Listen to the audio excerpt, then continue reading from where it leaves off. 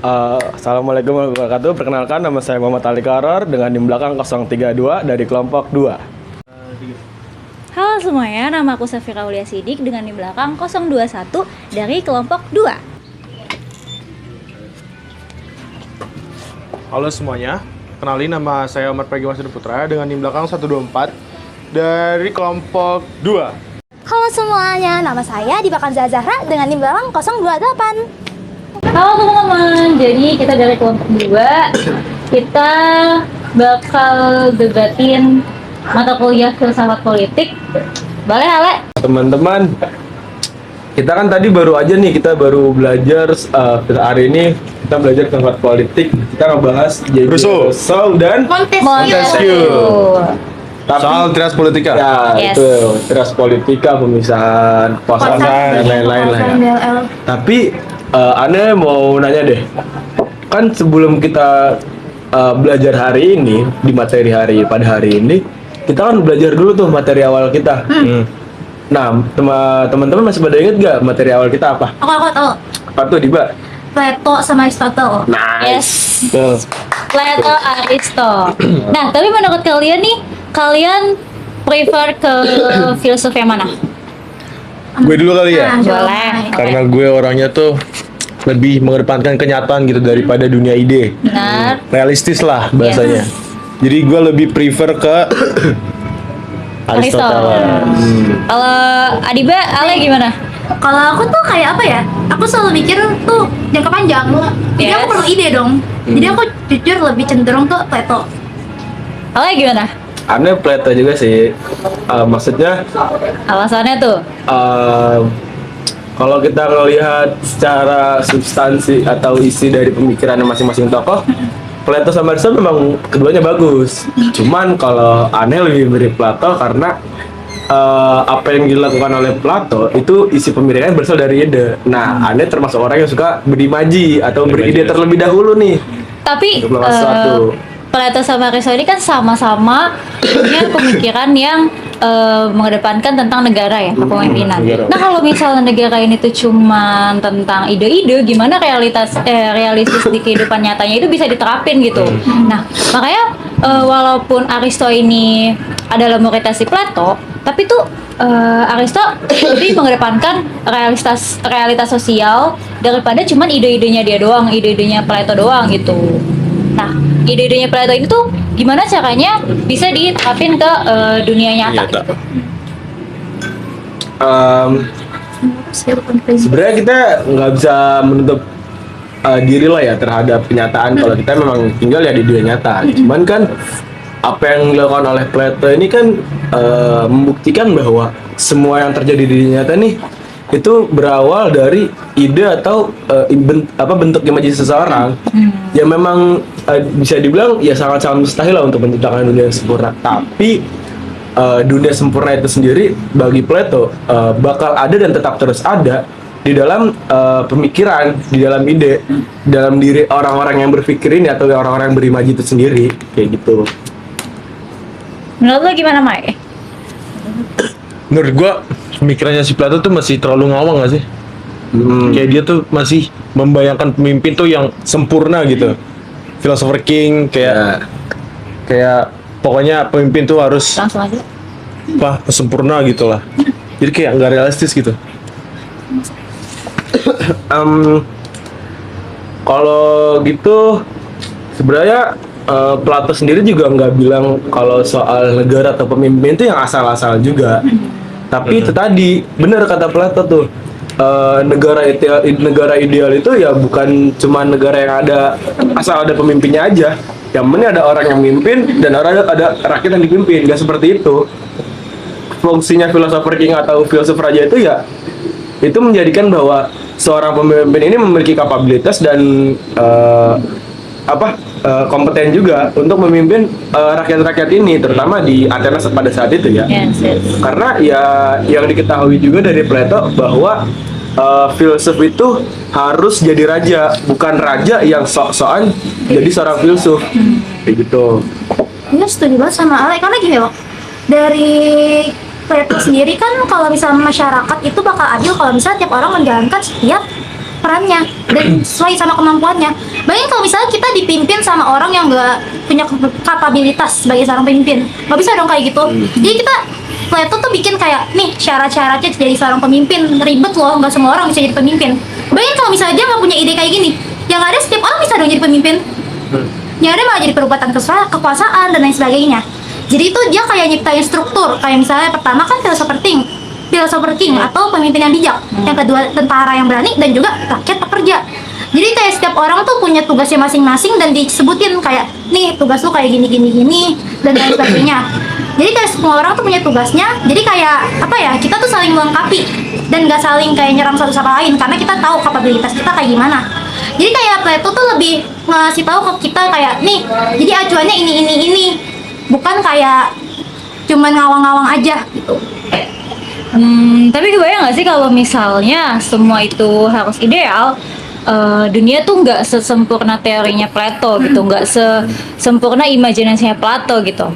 Nah, Aristo ini tuh dia ngasih wadah untuk pemikiran-pemikiran yang lebih realistis gitu, karena ya Aristo percaya kalau misalnya manusia itu adalah makhluk sosial atau manusia itu adalah makhluk politik ya, zon politikon gitu. Nah, yang nyata dan bukan ide atau imajinasi yang awang-awang doang gitu. Nah iya, kalau tujuan si Plato itu kan membangun negara yang sempurna lah, ideal gitu. Sementara gimana cara bikin dunia nyata yang sempurna itu dari bayang-bayangan doang gitu. Itu kan tadi udah aneh jelasin tuh, kalau misalkan ya emang benar kalau manusia ini hidup di dunia nyata. Dan ya nggak bisa dipungkiri lah, ya kalau memang Plato tuh orangnya utopis ya. Cuman kan itu bukankah itu juga jadi salah satu faktor pendorong bahwa ternyata apa yang dipikirkan oleh Plato sendiri itu diusahakan untuk terjadi di dunia nyata. Kayak tadi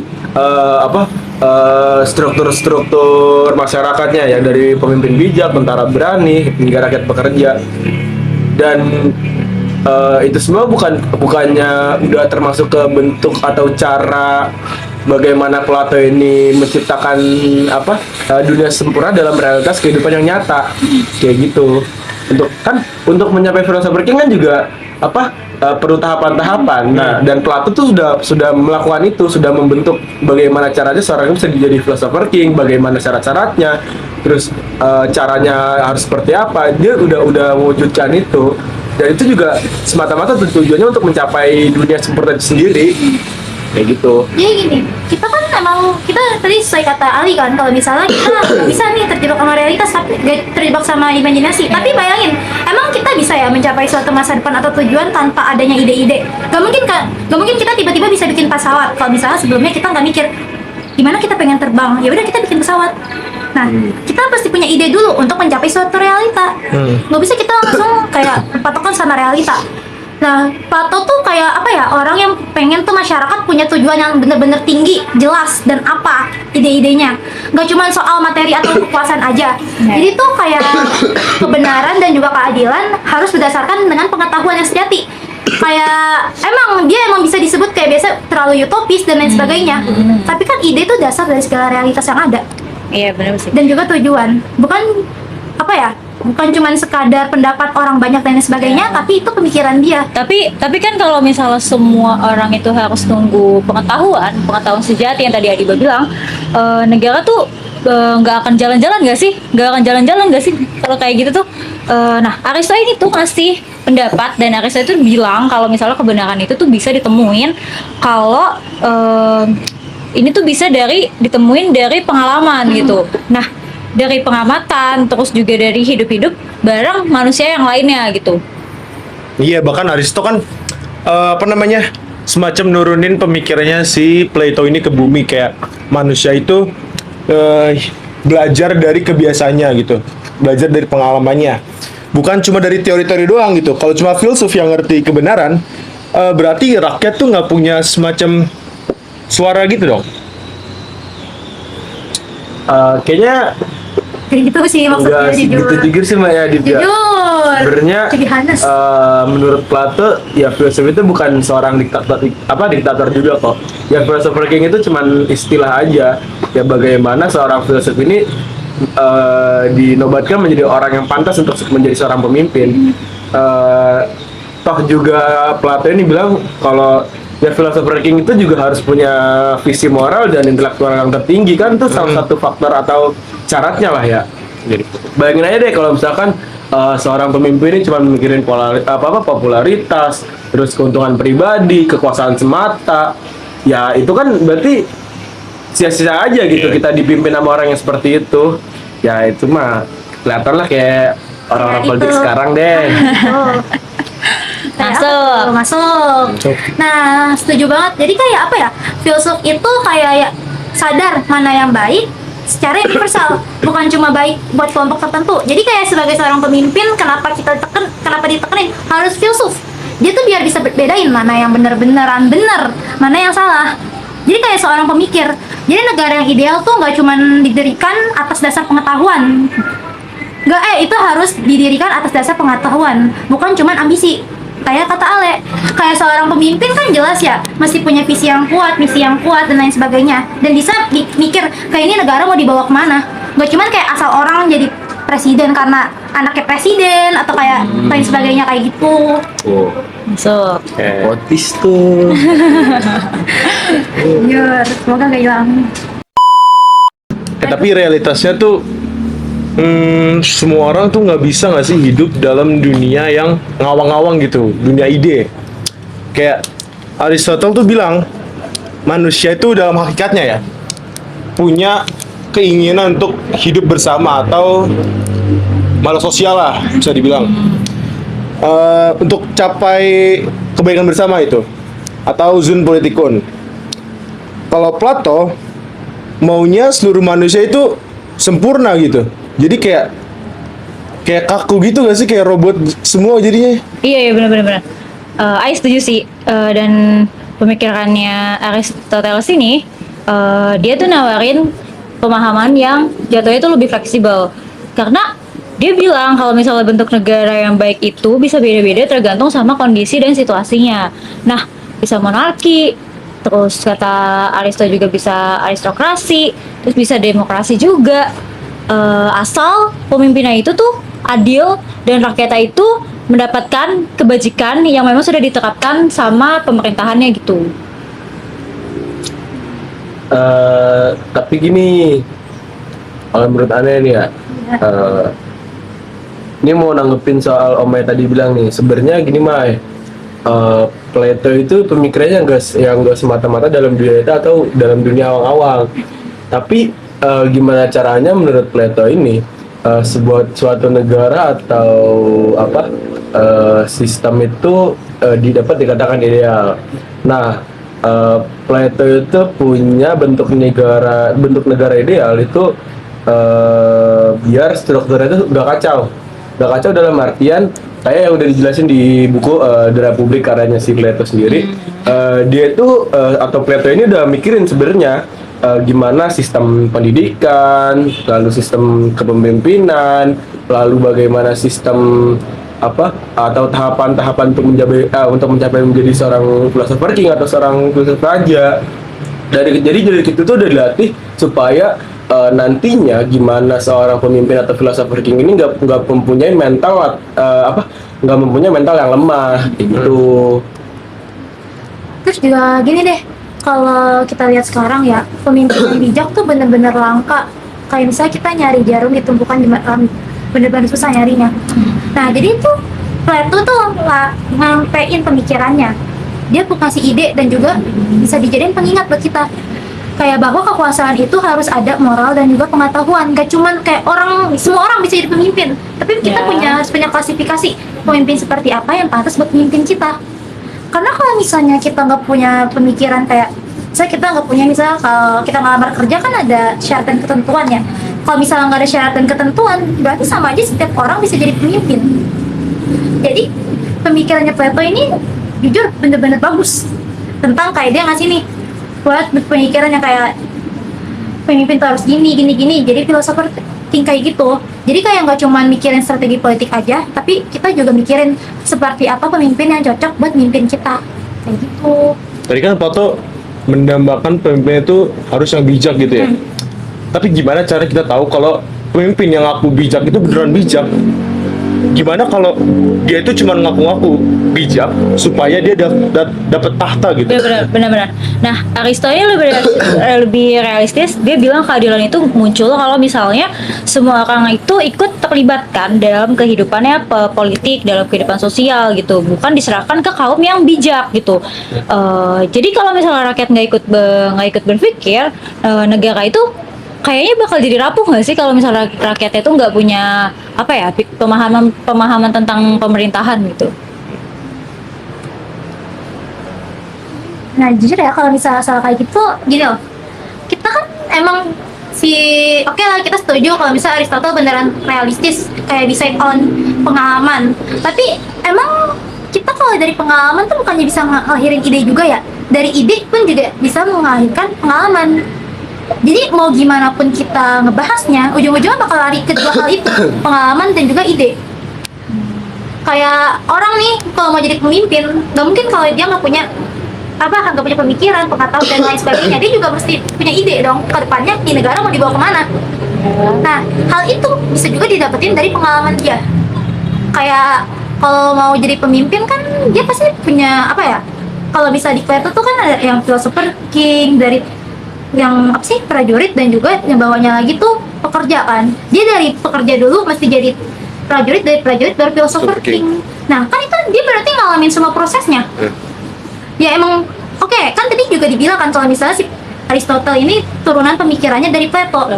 Nah bisa juga dari Plato tuh kayak mikir pengalaman karena si ide udah diambil nih sama si Plato. Jadi kayak pemikiran yang soal philosopher king ini jujur masuk akal ke pengalaman juga. Dia kayak dari pertama-tama dia mesti usaha dulu nih, gue jadi pekerja dulu nih, terus kayak yaudah gue juga usaha jadi prajurit. Nah pas kita jadi prajurit kita mesti lebih kuat lagi dan jadi baru bisa jadi philosopher king, biar gak sembarangan orang bisa mendudukin suatu kekuasaan. Nah gitu, jadi mau nambahin juga nih yang tadi udah pernah Diba kan sebelumnya Omar sama Firani bilang soal bijak ya, bagaimana seorang pemimpin itu dapat dikatakan bijak dalam artian atau dalam pemikirannya Plato yang tentang philosopher king ini. Kalau kita ngomongin soal kebijakan atau soal kebajikan, itu berarti kan kita ngomongnya landasnya itu moral.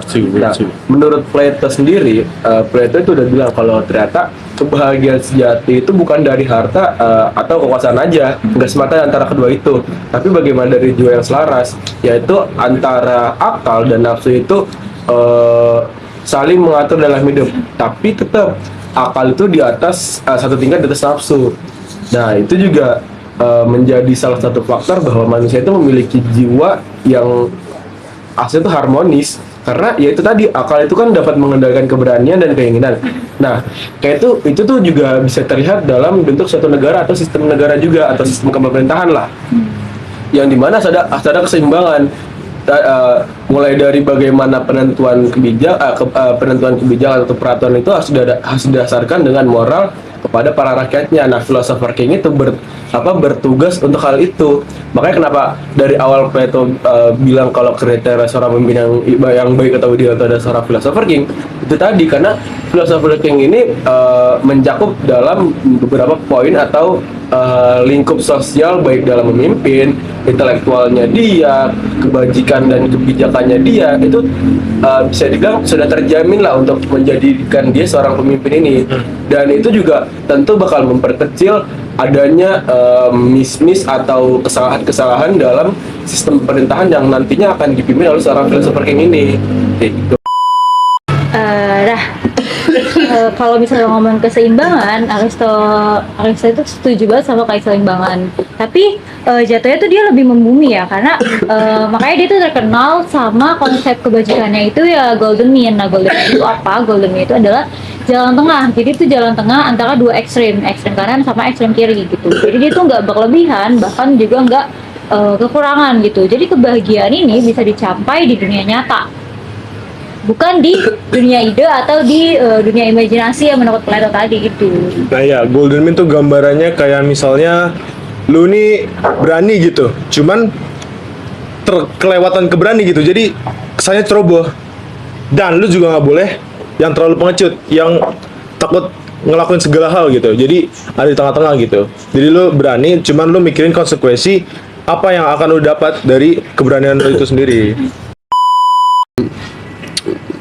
Setuju sih sama ya soal keseimbangan itu ya. Tapi gini deh, dari tadi kita panjang nih ngobrol soal apa Plato dan Aristo. Jadi intinya tuh apa sih sebenarnya yang dimaksudkan oleh pemikiran Plato pun pemikiran Aristo sendiri tuh apa sih? Nih, kalau misalnya intinya tuh kalau misalnya dari Plato ya, kita tuh sebagai manusia harus percaya, manusia harus dipimpin oleh kebijaksanaan, yang mana orang tuh jadi manusia mesti bijaksana untuk menjadi seorang pemimpin, kayak kebijaksanaan yang tertinggi. Jadi negara ideal tuh nggak cuma kuat, tapi juga harus benar. Karena kalau misalnya kebenaran gak jadi dasarnya, kekuasaan tuh bakal dipakai buat menindas banyak orang. Jadi menurut Plato nih, filsafat tuh bukan cuma mimpi, tapi kompas atau alat yang bisa mengarahkan kita buat menuju moral untuk politik. Kayak gitu kalau menurut Plato. Oke. Gimana Aristotle? Nah, sementara dari Aristo, dia tuh percaya kalau misalnya manusia ini jadi baik bukan karena disuruh sama manusia lainnya, tapi karena manusia tersebut memang sudah terbiasa untuk menjadi baik gitu. Nah, negara ideal itu yang tumbuh bareng warganya, realistis dan yang pastinya harus sesuai dengan duniawi sih. Nah, menurut Aristo ini kita itu enggak semua manusia itu bisa hidup di dunia ide gitu. Kita percaya manusia nyata yang lebih baik gitu. Karena kebijaksanaan sejati lahir dari pengalaman, bukan dari menunggu kesempurnaan dari manusia itu sendiri gitu. Sih kalau gitu udah ketemu berarti ya sebenarnya ini tergantung perspektif aja ya atau sudut pandang kita sebagai pelajar ini menanggapi pemikiran Plato maupun Aristo. Tergantung pengalaman juga, state of nature. Ya, sebenarnya kalau kita hidup di dunia ide itu ya sebagai di sosmed aja gak sih? Iya kan? Jujur, kayak dua-duanya tuh juga sama-sama sepakat, intinya kalau mau jadi pemimpin ya lu harus pinter, lu harus punya kebajikan, nggak asal IPK lu nggak bercanda. Tuh, kan? Oke, lanjut ya. Oke, jadi intinya ya udah, penting kita belajar yang banyak, belajar filsafat biar gak cuma debat, dan juga kita ngerti pemikiran-pemikiran orang zaman dulu tuh melahirkan pemikiran-pemikiran yang saat ini kejadian. Iya benar. Tapi menurut kalian debat kayak gini seru gak? Seru. Seru asal jangan ada yang ngaku jadi philosopher king aja dah. Aduh, Jujur aneh akuin kalau itu. jujur. Sama jangan ada yang ngaku Tuhan aja dah. Aduh, jauh. Kita nggak sampai ke Aquinas kok bahas-bahas Tuhan. Jauh jujur. Jujur. Yeah. Oke, thank you guys. Makasih udah mendengarkan dan menonton. Jangan lupa like, Comment, subscribe. comment, and subscribe.